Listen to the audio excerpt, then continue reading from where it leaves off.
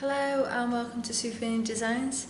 Today's video comes from my kitchen because if you've been following me on social media you will know that for the past few weeks I have been working on creating this resin splashback while in between creating other projects, and I'm delighted to say that the splashback is now done.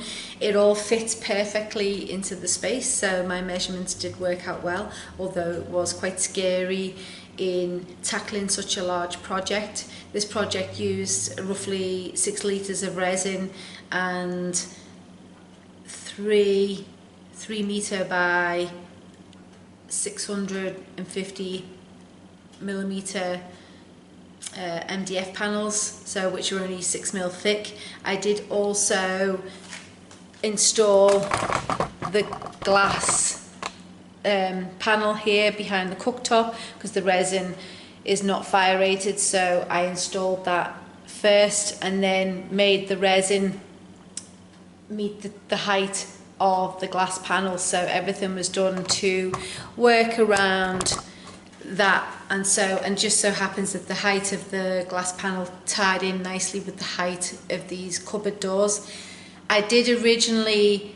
These cupboard doors were originally a brown woody horrible colour when I first moved into the house, so 2 years ago I resined these doors. So these doors have actually got, I don't know whether I'll be able to show you in here, I've actually got a really nice sparkle. I don't know whether you can see that on the video, but they turned out really well.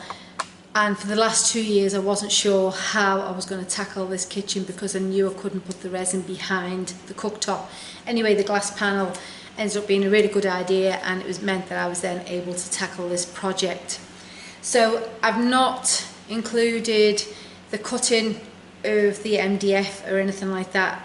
The video is all about just the pouring, and I didn't also include the installation, but these panels have just been installed using black silicone. So I run silicone along the bottom here and then just covered the back with some silicone, run the silicone down the corners and then pop them into place. And then the silicone takes about 24 hours to fully cure, and there's not much else to say about it, so because the panels are quite easy to install. I did have to cut out the sockets that you see here, so I bought myself a router, and that was probably the most scary part, was getting the measurements right for those. So I cut those the shapes out for the sockets, so that was probably, like I say, the scariest part of the whole project, and then just pieced it all together. Because my table that I do the resin on is only 2.1 meters long, I wasn't able to pour this in one big giant panel to get good blends between the corners. So as you can see, my corners don't meet up completely, but because you've got the kettle there and some other bits and pieces, you know, it doesn't take away from the fact that it doesn't look too bad, so I'm quite happy with that. But if I was to do this project again, I would find a table that was long enough to house the whole thing in one go so that we got perfect blends between the corners. But other than that, I'm really pleased with how this came about. So without further ado, let's get into how I created my kitchen splashback. So I started out by marking out the layout with some pencils and then propped up the boards to allow the resin to pour off.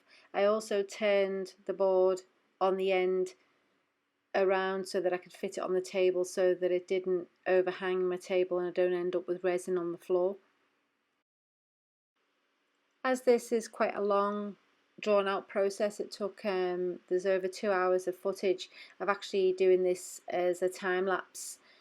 If you want to see the full length version, I have this as a course on my website, which I will link to in the description below, but you'll get a general idea just following this time lapse here. Now I'm treating each board as an individual piece of artwork, purely and simply because the amount of boards that there are, to try and pour it all in one go, you run the risk of it curing in areas quicker than others, and then it wouldn't quite look right. So I'm just treating these as individual pieces of artwork. So I start out with pouring the base colours, which is the blue and the black, and then using my hands I'll just move the resin around to just fill the board before blending slightly with my fingers.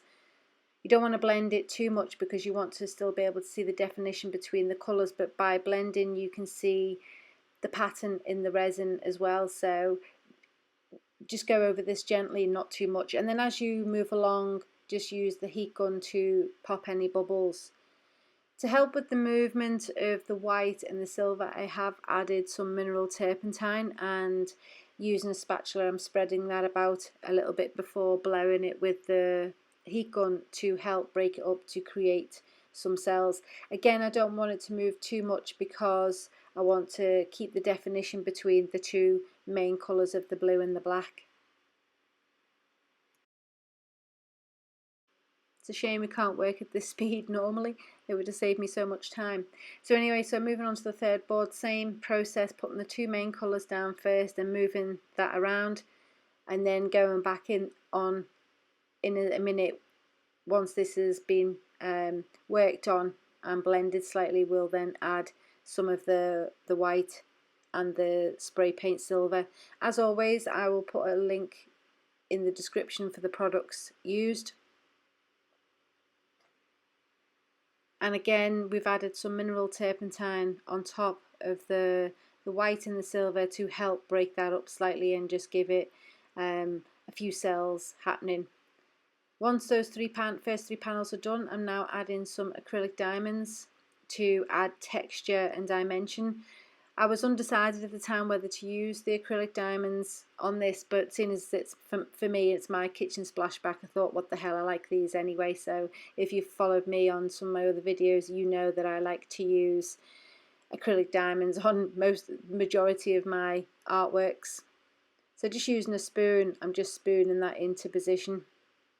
So that one's been left to cure now, and I've come back a week later to now tackle the next section. This was a little bit more awkward because of the shape and trying to get it to look similar to the larger panels, which was quite a challenge, but because they're on opposite walls it's not too noticeable. As long as the same colours are used and you're using the same techniques, you can actually achieve quite a nice look.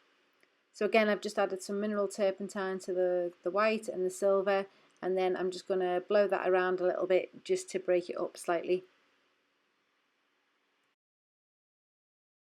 So as you can see, I've had to layer the two panels on top of each other rather than next to each other. So I've tried to make sure that the corner pieces are similar and that they line up somewhat, but because of where they're going to be, there's going to be things in front of it, so I'm not too worried about that. But with, you know, with hindsight, it'd be nice to have a space that was large enough to do this all together so that you've got seamless blends going between the corner. But I mean, I could have gone around it by just having the end panels as being just black, and then you would never have known. But you know, with hindsight's a wonderful thing, isn't it?